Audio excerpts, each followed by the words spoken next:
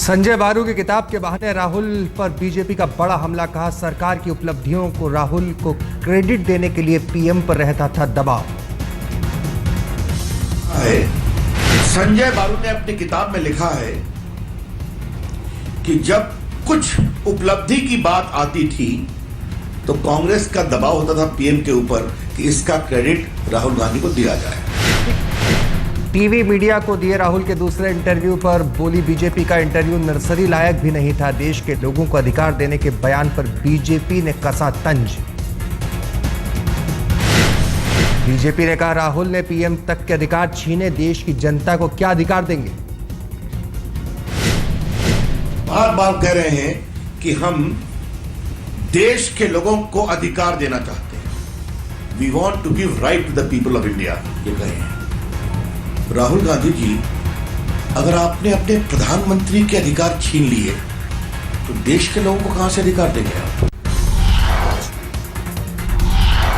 राहुल गांधी ने दिया किसी भी हिंदी न्यूज चैनल को पहला इंटरव्यू। आज तक से एक्सक्लूसिव इंटरव्यू में कहा अगर सांसदों ने पीएम चुना तो पीएम की जिम्मेदारी से नहीं भागूंगा। इंटरव्यू में राहुल का दावा गलत साबित होंगे तमाम ओपिनियन पोल। तीसरी बार सरकार बनने में कामयाब होगी यूपी। देखिए, पोल्स आपके 2004 में कह रहे थे कि कांग्रेस पार्टी हारेगी। पूरा इंडिया शाइनिंग का मार्केटिंग कैंपेन था। 2009 में भी आपने ये कहा, रिजल्ट दूसरा निकला। मार्केटिंग अच्छी है, बीजेपी की मार्केटिंग अच्छी है, मगर एंड में रिजल्ट दिखते हैं। राहुल गांधी ने कहा मोदी कुछ लोगों को बनाना चाहते हैं जिम्मेदार, कांग्रेस ज्यादा से ज्यादा लोगों तक पहुंचाना चाहती है ताकत। हमारी सोच है कि ज़्यादा से ज़्यादा लोगों को शक्ति दी जाए। डिसेंट्रलाइजेशन की बात करते हैं हम, अधिकार की बात करते हैं। उनकी सोच है कि कंसंट्रेशन ऑफ पावर हो, एक व्यक्ति ज़्यादा से ज़्यादा पावर ले जाए और हिंदुस्तान को इस प्रकार से चला जाए। तो फिलोसॉफिकल बिल्कुल अलग स्ट्रैटेजी है।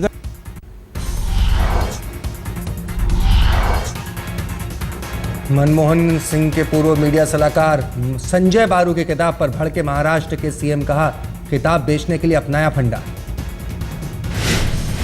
पीएमओ में राज्य मंत्री रह चुके पृथ्वीराज चौहान ने सोनिया का किया बचाव। का मनमोहन सिंह के लगातार संपर्क में रही। कहा फैसले को लेकर कभी मतभेद नहीं। ये कहना कि कोई मतभेद थे तो उसमें दोनों की अलग अलग बातें अपनी अपनी जगह थी, और जो पार्टी ने अंतिम फैसला किया कि पॉलिटिकल फेस ही होना चाहिए। संजय बारू की किताब के बहाने बीजेपी ने कांग्रेस पर बोला हमला। यशवंत सिन्हा ने कहा किताब में जो लिखा है वो 10 साल का सबसे कड़वा सच। अमेठी में कार्यकर्ताओं से बातचीत में प्रियंका गांधी ने वरुण गांधी का भी किया जिक्र। कहा मेरे भाई हैं लेकिन भटक गए। कहा मेरे परिवार के रगों में प्रेम और भाईचारा दौड़ता है, खून और नफरत नहीं। कहा जनता दिखाएगी वरुण को सही रास्ता।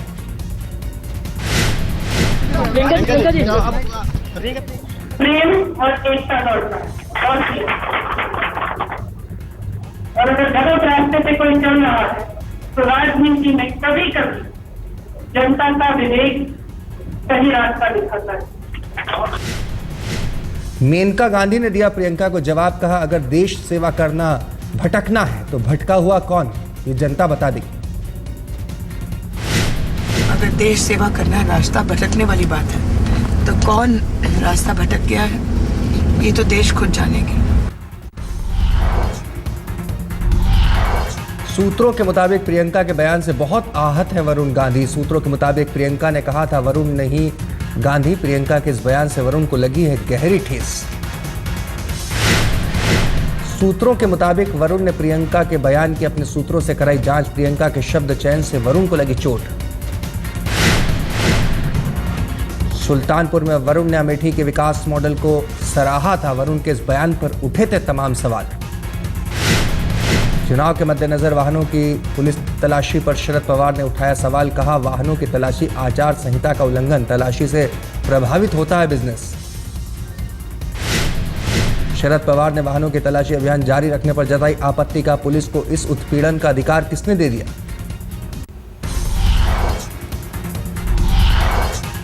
हरियाणा जनहित कांग्रेस के मुखिया कुलदीप बिश्नोई ने अकाली दल को एनडीए से बाहर करने की मांग की। बिश्नोई ने बीजेपी को लिखा पत्र। अकाली दल के हरियाणा में इंडियन नेशनल लोकदल का प्रचार करने पर बिश्नोई ने जताई आपत्ति, कहा कि नीलों का नहीं है एनडीए से गठबंधन। गठबंधन का धर्म ने निभाया। एक तरफ वो कहते हैं पंजाब में जाके कि बीजेपी को जिताइए, कमल को जिताइए, दूसरी तरफ हरियाणा में आके कहते हैं कमल को हराइए। एनडीए का हिस्सा होना के साथ उनका धर्म ये बनता है कि एनडीए को जिताइए वाली बात होनी चाहिए। तो पहला घटक दल का धर्म नहीं निभाया उन्होंने। बीजेपी का बिश्नोई को जवाब का, अकाली दल से पंजाब और दिल्ली में ही है समझौता, हरियाणा में अकाली दल से समझौता नहीं, फिर निकाले कहां से। अकाली दल का समझौता हमारा जो है वो पंजाब में है। अलग अलग राज्यों में अलग अलग समझौता है। पंजाब में है, दिल्ली में हो गया था, बाकी किसी राज्य में नहीं है। अब जब किसी राज्य में समझौता नहीं है तो उनको अपनी राजनीति करने का हक है।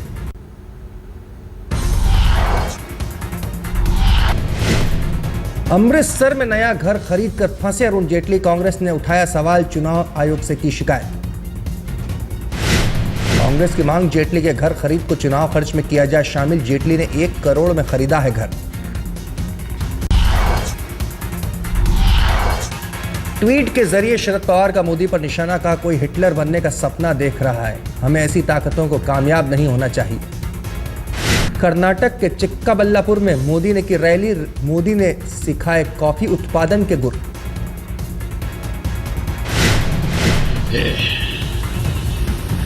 भाइयों बहनों, उन्होंने कहा था 5 साल में इरिगेशन के सारे प्रोजेक्ट पूरा करूंगा।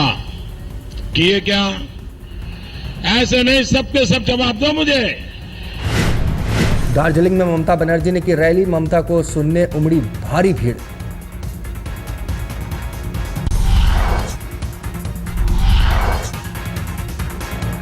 प्रचार में मुख्यमंत्री प्रकाश सिंह बादल की फिसली जुबान, का मोदी हार गए तो सब सुखी हो जाएंगे और सबके वारे न्यारे हो जाएंगे। देखो इधर ना छुटकारा कोई नहीं, आपका लोग का भला देश का परिवार से अपन हटदे जे देश का भला हो गया मोदी साहब आ गए फिर कितना बढ़िया इतने काम चलू की कुछ होगा, बाहर ले जाएंगे फिर जो मुंह से खुशकी जी है ना ये सारी तार होगी। प्रकाश सिंह बादल से 1 नहीं 2 बार हुई चूक, भाषण के दौरान नरेंद्र मोदी को नरेश मोदी बोल गए। नरेश मोदी पार्टी से श्रोमणी अकाली दल दे बोल रहा है। बादल होशियारपुर में उम्मीदवार विजय सांपला के समर्थन में रैली करने पहुंचे थे।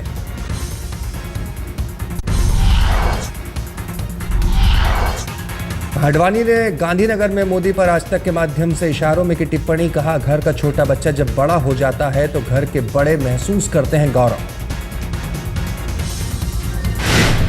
मैं मानता हूं कि हर परिवार में कई बार छोटे हमारे साथी भी इस प्रकार का काम करते हैं कि जिसके कारण पूरे परिवार को उन पर गर्व होता है।